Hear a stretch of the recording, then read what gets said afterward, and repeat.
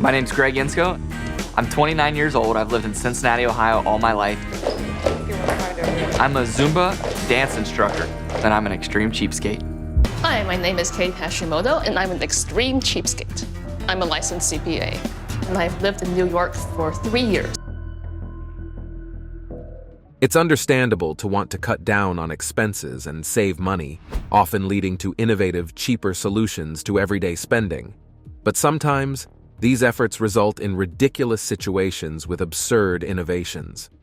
Today, we bring you a list of the 15 cheapest people in the world, showcasing their outrageous substitutes and surprising tactics. From weird innovations to outrageous alternatives, what lengths do these individuals go to save money, and why? Keep watching to find out. Mountain Dew Showerhead.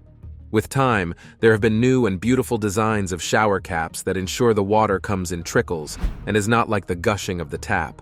So what do you do when you find out yours is broken? Call a plumber to fix it, or buy the showerhead from a store and do it yourself if you're a fan of DIY? But what this person who takes a spot in the 15 cheapest people in the world does to replace his broken showerhead is ridiculous. This cheap innovator transformed a common Mountain Dew bottle into an unconventional showerhead. With an approach that screams cheap, this person found a way to keep their water coming in trickles during showers without spending a dime. By puncturing holes in the bottom of a 20-ounce Mountain Dew bottle and attaching it to their existing shower setup, they created a makeshift shower head that disperses water in a spray pattern, albeit in a uniquely rustic manner. This case of cheap living has left many surprised at how far an individual can go to save a couple of bucks. But believe it or not, there's still more to come that's even more bizarre. Amy Elizabeth. The next person on the list is Amy Elizabeth, an entrepreneur from Las Vegas, who, although reasonably rich, finds every opportunity to cut down on her expenses. With an estimated net worth of $5.3 million. My name is Amy Elizabeth, and I'm the world's cheapest multimillionaire. With a personal net worth of $5.3 million, this 50-year-old Las Vegas entrepreneur refuses to throw a single penny down the drain. One would expect her to live a comfortable lifestyle with a few luxurious threats here and there. Still, she manages to keep her monthly expenses below $1,000. Some of her cheap lifestyles, such as turning off her water heater to save on utility bills, and heating water only when necessary for showers, which she times precisely to avoid any waste, could be applauded as being prudent.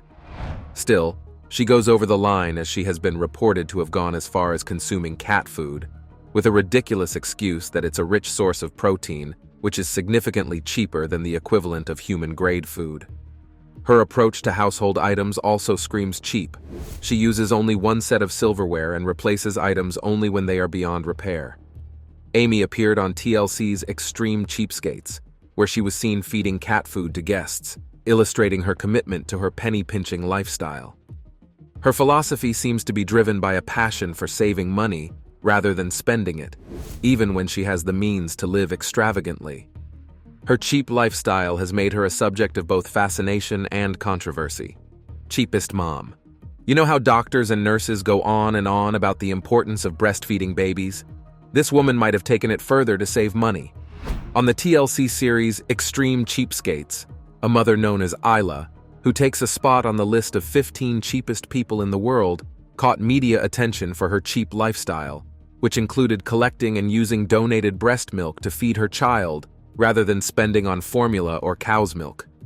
When her lactating period was over, Isla wanted her child to keep enjoying breast milk, not just for the benefits, but for the fact that she could get it for free and save money, ought to have gone for milk formula for kids.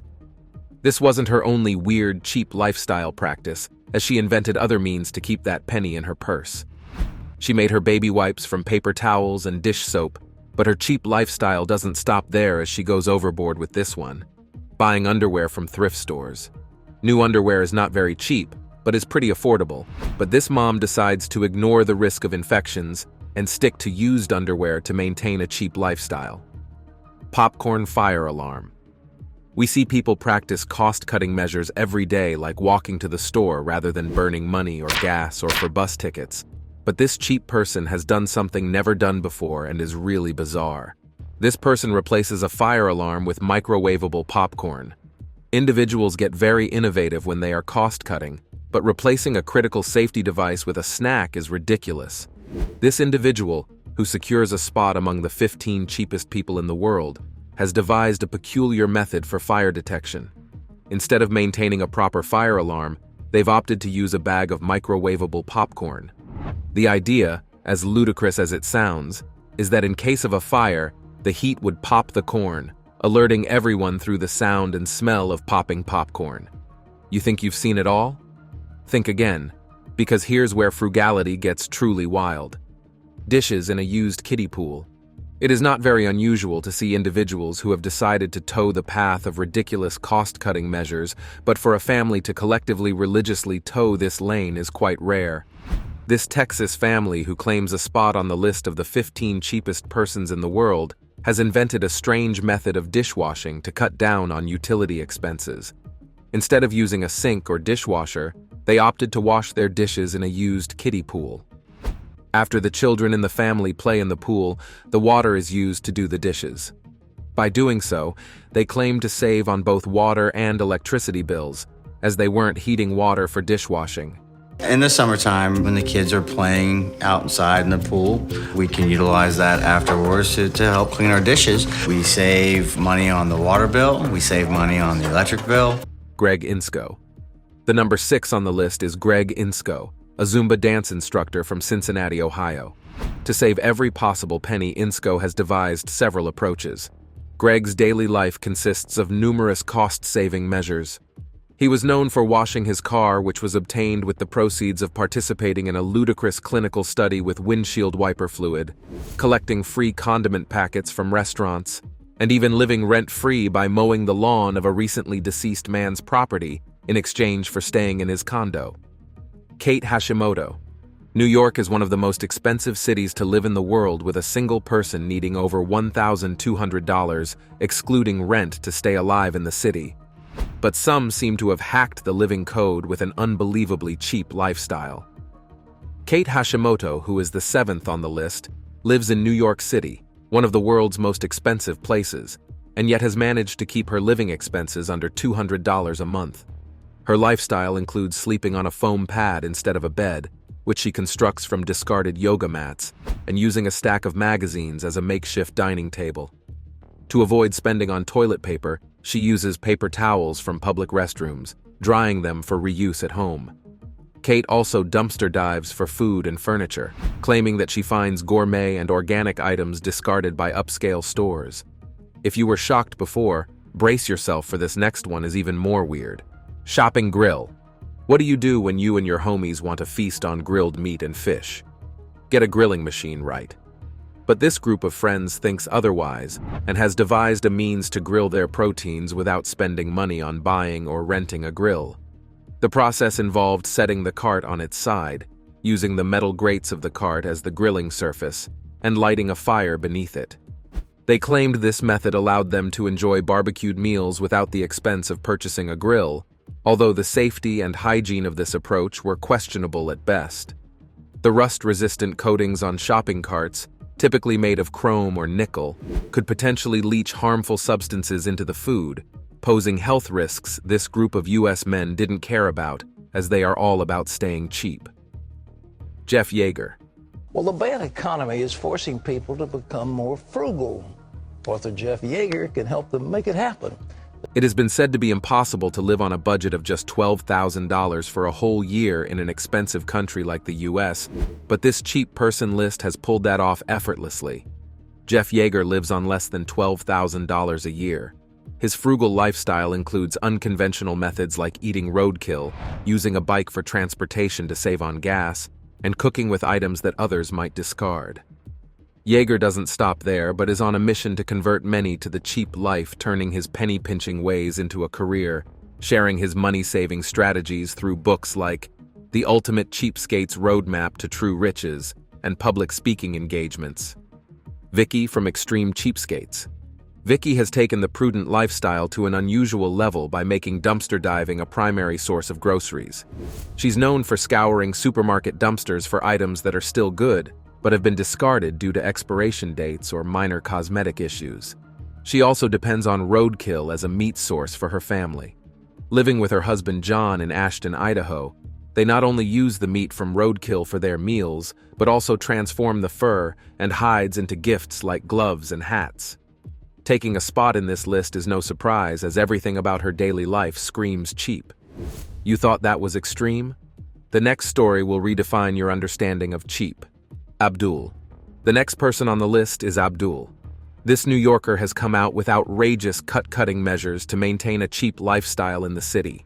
He charges his friends for meals served at his home, believing it encourages them to appreciate the food more and prevents waste. His no-waste policy extends further. He uses everything from the last drop of shampoo bottles by cutting them open to repurposing old clothes into rags. Abdul even reuses water from cooking vegetables to make soup. Terry. Number 12 on the list is Terry. Terry from Long Beach, California is a perfect example of cheap.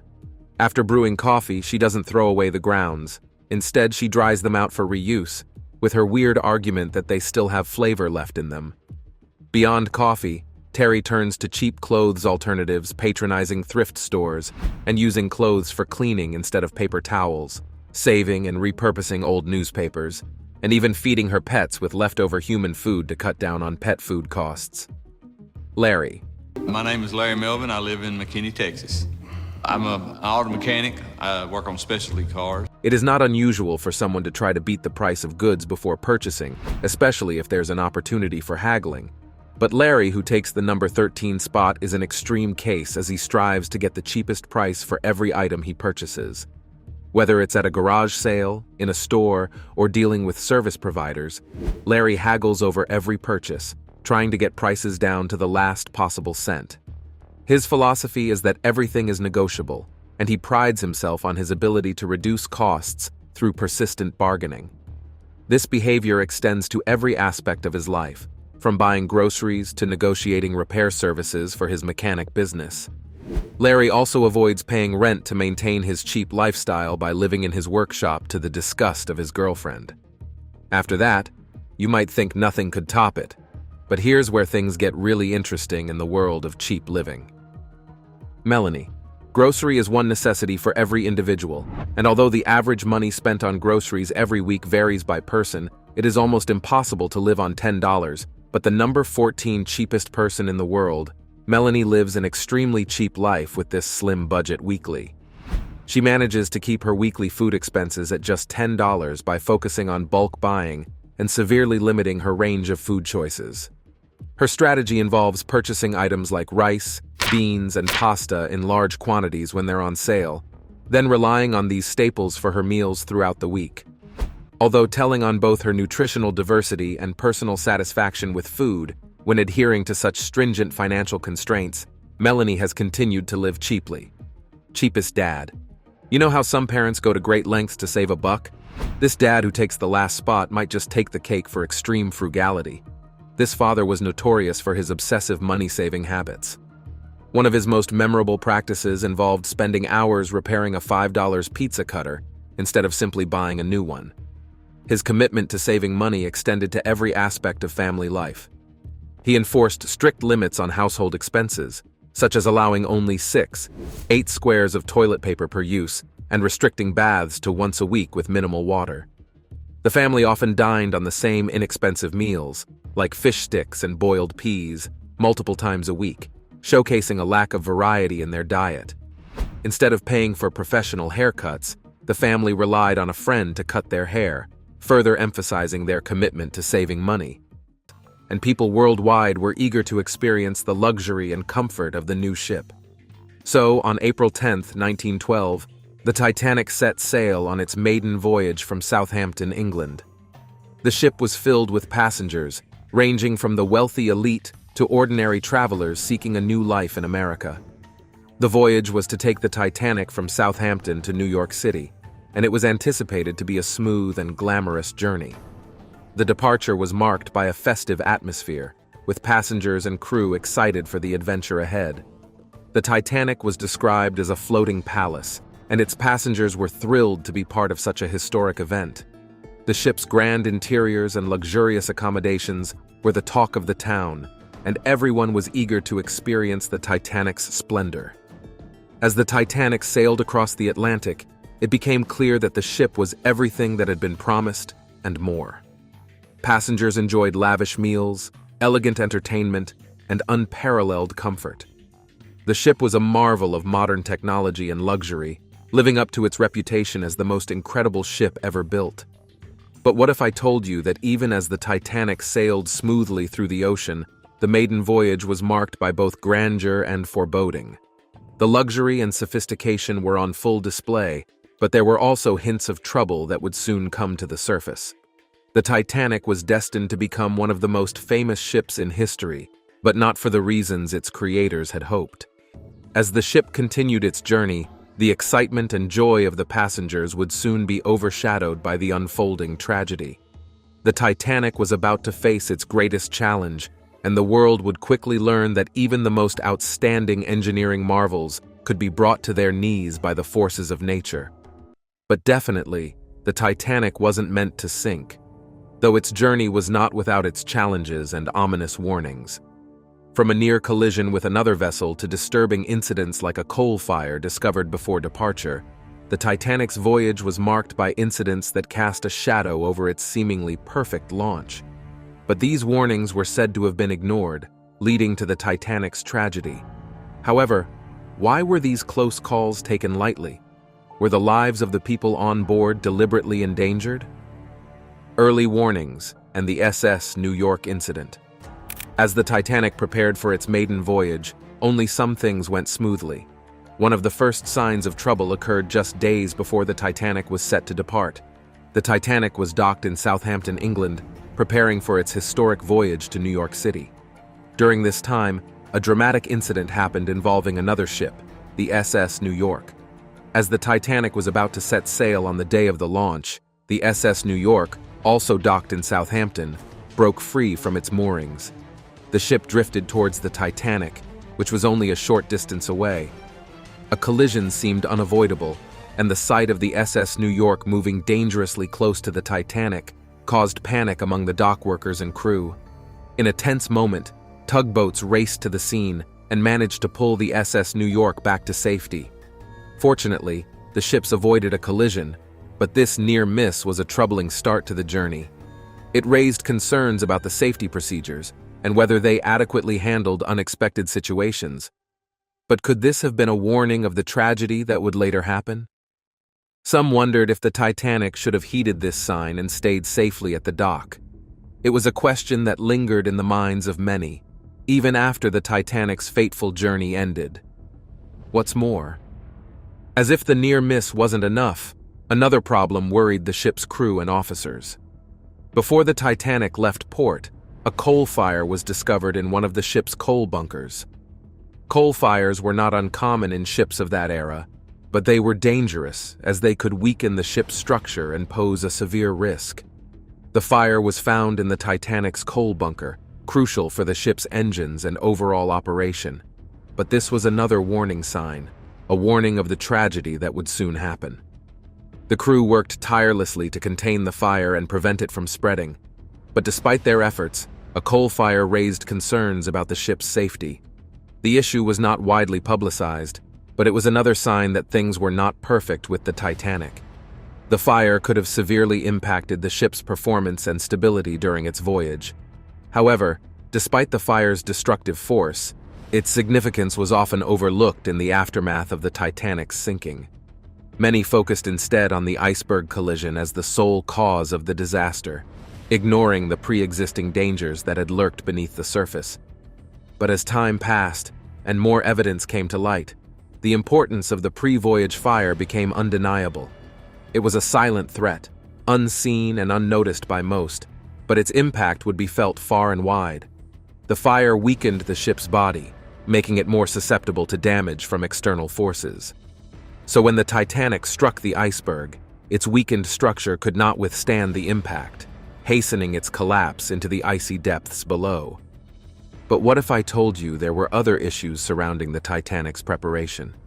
And it's not only the near miss with SS New York or the coal fire incident. Something happened during the construction that many believe were also signs of impending danger. You may not have heard, but there were several accidents and fatalities at the Harland and Wolff shipyard in Belfast. Workers were injured and some killed in accidents during the construction of this magnificent ship. Some saw these fatalities as omens, suggesting that the Titanic was cursed or something was wrong with the ship's design and construction process. While accidents are unfortunately common in large-scale construction projects, the high number of fatalities surrounding the Titanic contributed to a growing sense of unease. The Titanic's departure was marked by a sense of both optimism and foreboding. Passengers were excited to experience the ship's luxury and comfort.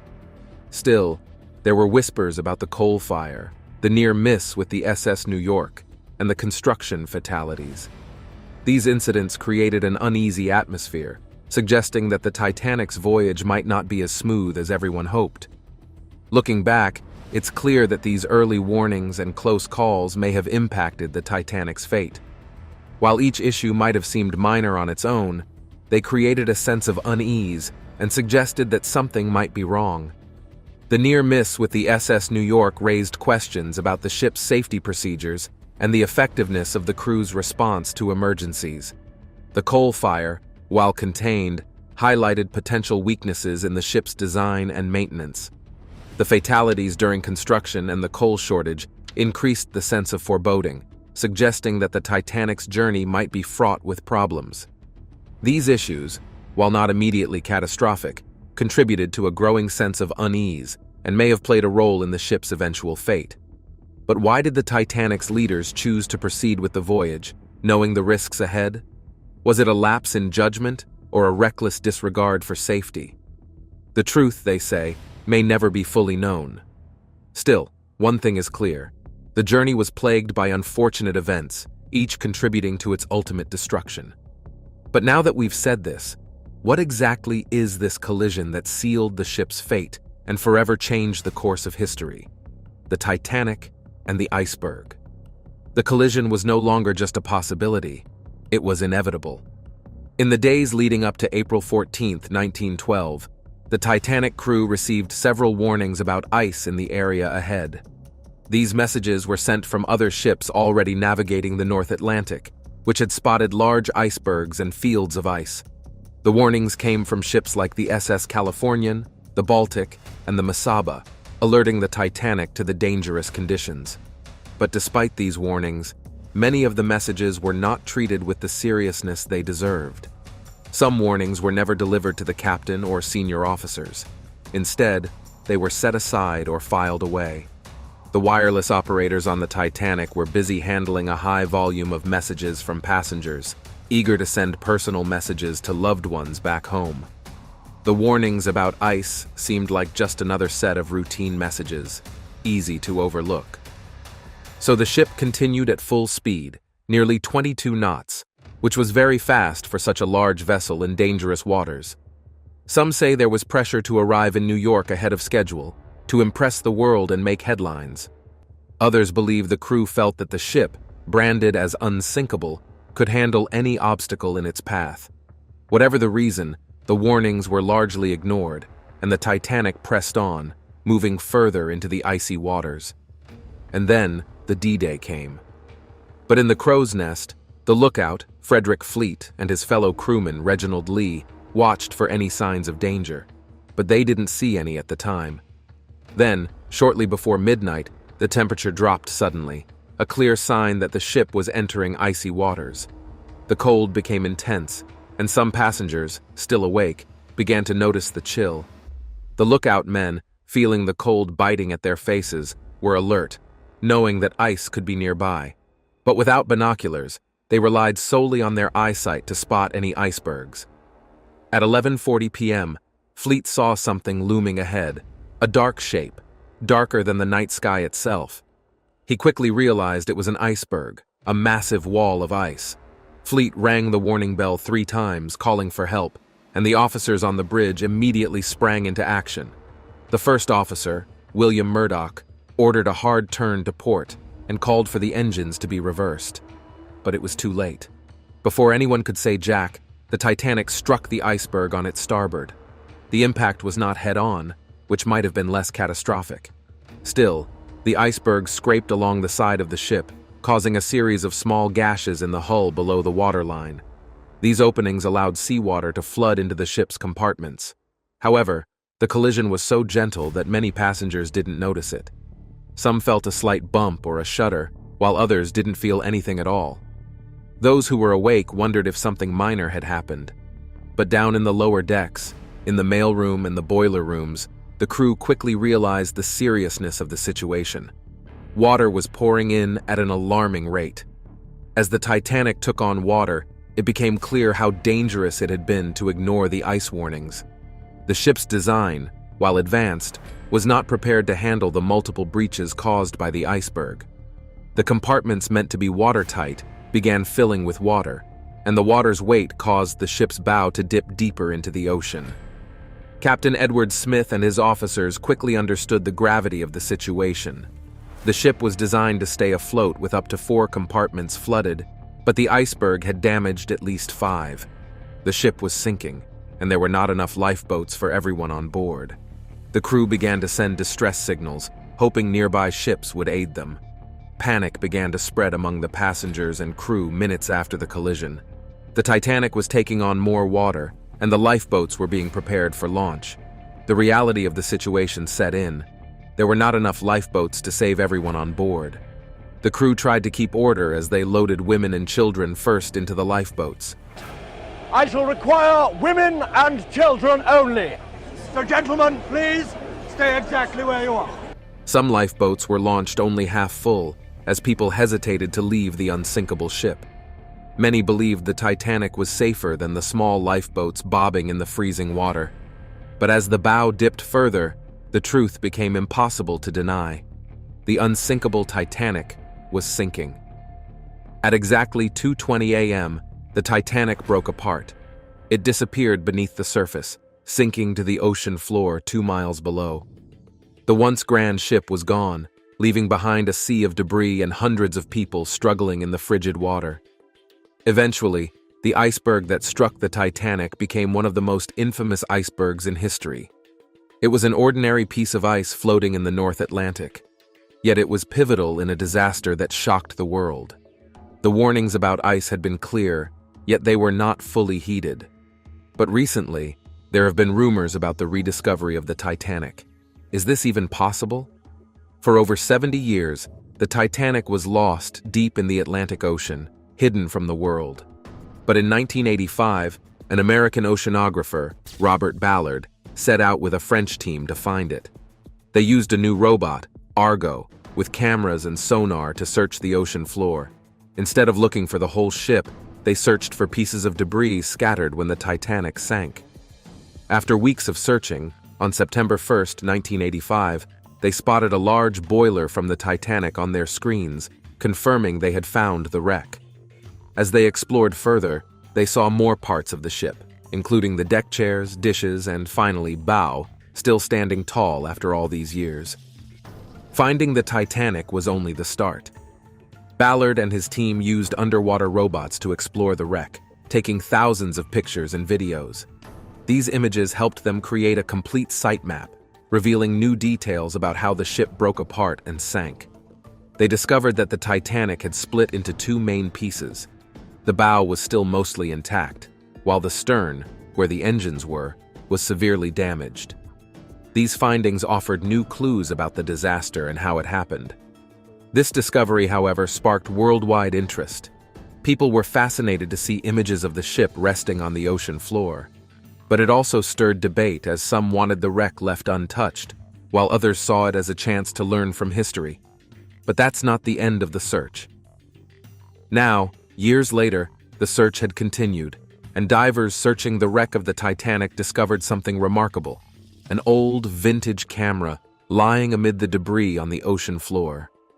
The camera was rusted and damaged, but its film was somehow preserved. When the film was carefully developed, it revealed photos taken during the Titanic's voyage. One of these photos showed what appeared to be a giant iceberg floating in the dark waters of the North Atlantic. The image was blurry and aged, but it showed a distinct shape, an iceberg with a unique jagged top and a deep scar at its base. Some experts believe this photograph could be the iceberg the Titanic struck on that fateful night. The photograph of the iceberg, found on the old camera, reminds us of that fateful night. It captures a moment, a frozen image of the force that brought down a ship once thought to be unsinkable. The iceberg itself melted away long ago, but its legacy lives on in the stories, the movies, and the memories of the Titanic's tragic end. We've come to the end of this intriguing revelation. What do you think about this discovery? Share your thoughts with us in the comments section. Remember to like, share, and subscribe for more. Also, click on the following video on your screen. You will enjoy it.